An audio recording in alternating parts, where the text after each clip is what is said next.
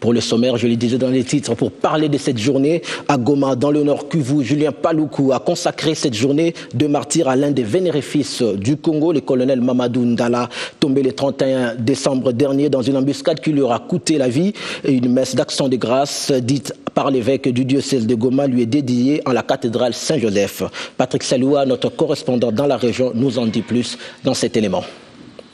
Oui, en ce jour du 4 janvier, la ville de Goma a tenu à honorer le colonel Mamadou Moustapha Ndala. On fait journée de martyr, mais il est considéré comme martyr ici au Nord Kivu, avec ce qu'il a fait pendant les opérations militaires contre les rebelles du M23. Raison pour laquelle aujourd'hui un culte a été organisé à la paroisse Saint-Joseph, cathédrale Saint-Joseph de Goma, à laquelle ont participé les autorités, notamment le gouverneur de province Julien Paluku, son vice, les députés provinciaux, et une messe qui a été occupée par l'évêque du diocèse de Goma, Monseigneur Théophile Kaboy. Monseigneur Théophile Kaboy, dans son homélie, a tenu à reconnaître la bravoure du colonel Mamadou Moustapha Ndala, l'homme qui s'est donné pour son pays.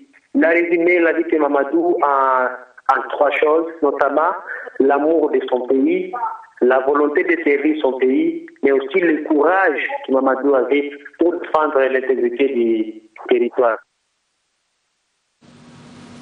On reste en province pour faire le tour global de ces dernières avec le Kasaï occidental où le gouverneur est allé présenter ses condoléances aux habitants des zones limitrophes qui ont perdu le leur lors des récents affrontements. Alex Kandé Moupompa leur a promis de sécuriser l'espace dans l'attente d'une solution durable avec les provinces voisines.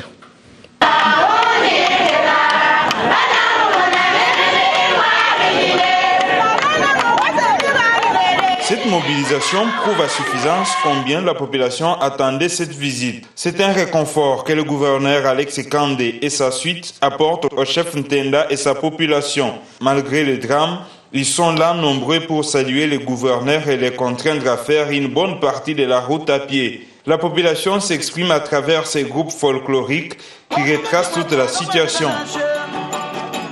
La réaction du gouverneur est rassurante pour cette population. L'exécutif ne cédera pas ses terres, il prendra toutes les dispositions nécessaires. Je suis venu saluer la population, je suis venu présenter nos condoléances, y compris celles du président de la République. Je suis venu rassurer la population que nous sommes là pour défendre sa cause, nous sommes là pour défendre nos terres, dans le cadre des limites tracées officiellement. Donc je demande à la population de rester tranquille. Son gouvernement va plaider sa cause. Rappeler à la population qu'à chaque fois qu'il y a un problème ici, le gouvernement est là. Cette fois-ci, le gouvernement est aussi là. Nous avons envoyé nos éléments de la police nationale qui sont là. Vous les avez vus, ils sont à 200-300 mètres de la frontière naturelle entre les deux Kasaï. C'est pour éviter les incursions de notre côté. Donc il y a cette sécurité-là que je leur laisse en attendant que nous puissions aplanir ce problème avec nos frères de l'autre Kasaï. Alex Kandé et sa suite se sont aussi rendus à la rivière Lukula, limite naturelle entre les deux provinces du Kasaï.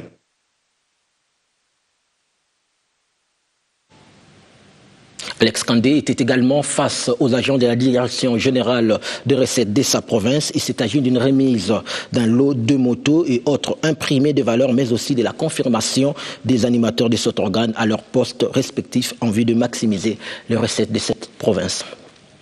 C'est sous un soleil accablant du jour qu'Alex Kandé a procédé à la remise de ces motos. Au total, 32 motos Honda, constituant les premiers lots de cette dotation, ont été remises. Plusieurs personnalités ont assisté à ces cérémonies, couplées à la remise des imprimés de valeur portant mention des GERCOC. Le message du gouverneur est corroboré à travers une scénette de conscientisation.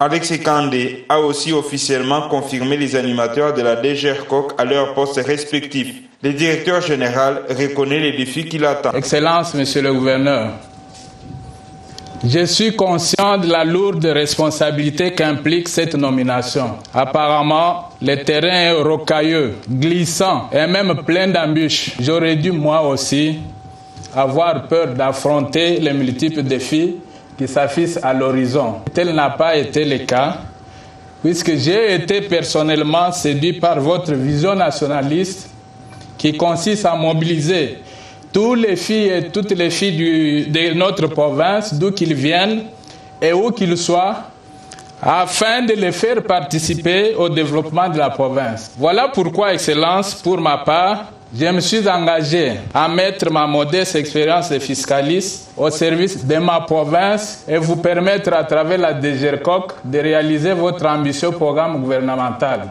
Les deux outils remis à ce jour cadrent avec les efforts de l'exécutif provincial pour la maximisation des recettes au Kasaï occidental.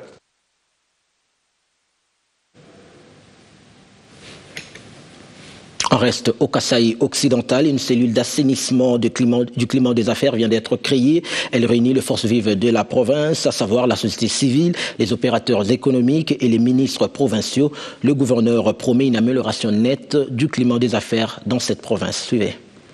Les membres de cette cellule représentent diverses forces vives provinciales, la société civile, les opérateurs économiques, des ministres provinciaux, des cadres administratifs et animateurs d'entreprises. La mise sur pied de cette cellule ne vise rien d'autre que l'assainissement du climat des affaires. Les opérateurs économiques en ont reconnu le mérite à travers l'allocution de la Fédération des entreprises du Congo. C'est un événement historique pour nous, opérateurs économiques, parce qu'il scelle l'aboutissement d'un long processus de concertation qui vont certes se poursuivre et en nous offrant un cadre officiel de suivi des réformes édictées par le pouvoir, pour leur application par les services publics de la province, afin de rendre le Kasaï occidental non seulement fréquentable, mais aussi et surtout une province où le climat des affaires sera plus attractif. Le gouverneur de province s'est réjoui de l'aboutissement de cette action, tout en promettant d'améliorer davantage le climat des affaires dans sa province. Alex Kandé a rappelé les missions confiées à cette cellule.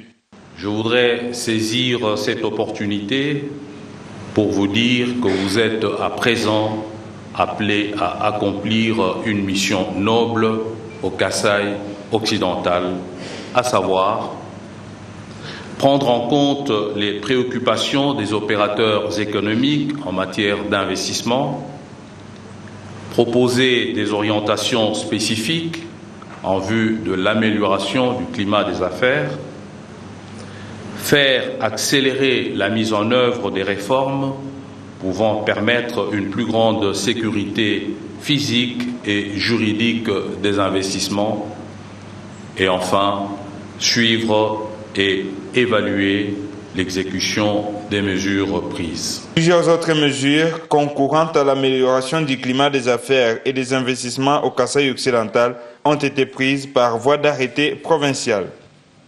Et un peu plus au sud du Kasaï, dans la province cuprifère du Katanga, ces détenus de la prison du commissariat de la police de Kasumbalesa se sont évadés après avoir poussé la porte de la prison et escaladé le mur. C'est un récit que nous fait Tito Kumba Boulambo.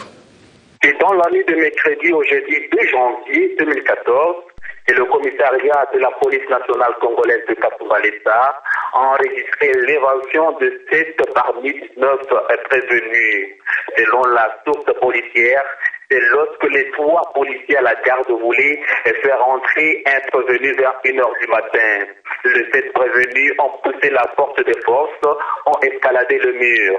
Ces 3 policiers se trouvent à l'auditoire militaire de Kasumbalesa pour répondre à ces actes qui sont seulement l'imprudence de leur part. Retenez par ailleurs que parmi les 7 évadés, un a fait 7 jours au lieu de 48 heures comme prévu la loi congolaise.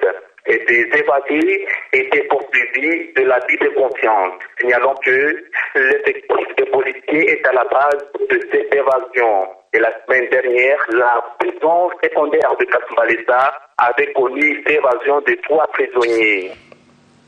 Je le disais dans les titres, l'opération Likofi produit déjà de fruits. Plusieurs Koulouna du quartier Mombele dans la périphérie de Kinshasa se sont repentis avec l'aide du docteur Modia, coordonnateur des artisans à la non-violence. Ils ont été visités par le porte-parole du gouvernement, Lambert Mende Omalanga, qui les a exhortés à continuer dans le droit chemin. Mombele, l'un des quartiers de Kinshasa réputé par sa grande criminalité, a eu le privilège en cette période festive d'être visité par le porte-parole du gouvernement et ministre des Médias Lambert Mende. Sa mission sur l'initiation à la citoyenneté trouve tout son sens, d'autant plus que quelques colonnes de ces coins sont répandues. Reçu par le docteur Antoine Modia, coordonnateur des artisans de la non-violence, le ministre aura parcouru près de 800 mètres avant d'arriver au lieu de la cérémonie. Nous avons levé, il y a quelques jours, la ferme option d'accompagner le gouvernement de la République démocratique du Congo dans sa décision combien courageuse d'éradiquer le banditisme urbain, mais avec une approche prioritairement orientée vers une réinsertion socio-professionnelle, précédée obligatoirement par une réhabilitation psychosanitaire.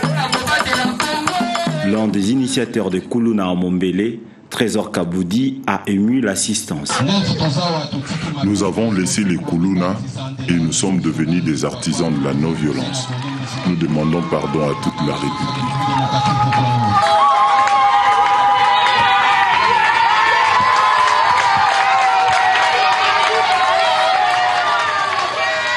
Le ministre des Médias, chargé des relations avec le Parlement et de l'initiation à la nouvelle citoyenneté, a trouvé les mots justes pour redonner espoir aux habitants pauvres de ce quartier de Kinshasa. Kasi lokola bino moko boyebi mutu oyo aleki l'État na bokasi azali te. L'État c'est l'inauguration du premier restaurant de proximité appelé Lizi Banabomoï qui devra proposer le menu à partir de 500 francs congolais. Les habitants du quartier ont favorablement accueilli l'action des artisans de la non-violence.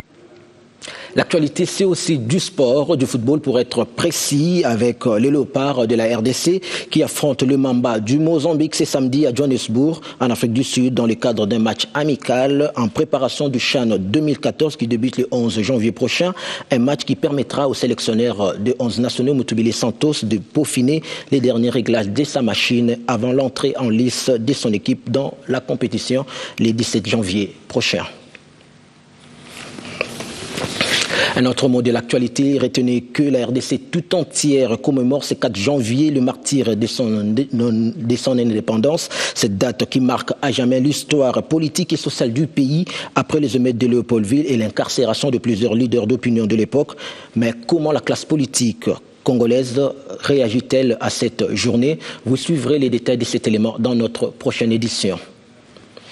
Voilà tout, mesdames, messieurs, merci de nous avoir été fidèles. Le rendez-vous est pris à 19h30 avec Élisée Bilonda Kassongo. Moi, je vous dis au revoir et à la prochaine.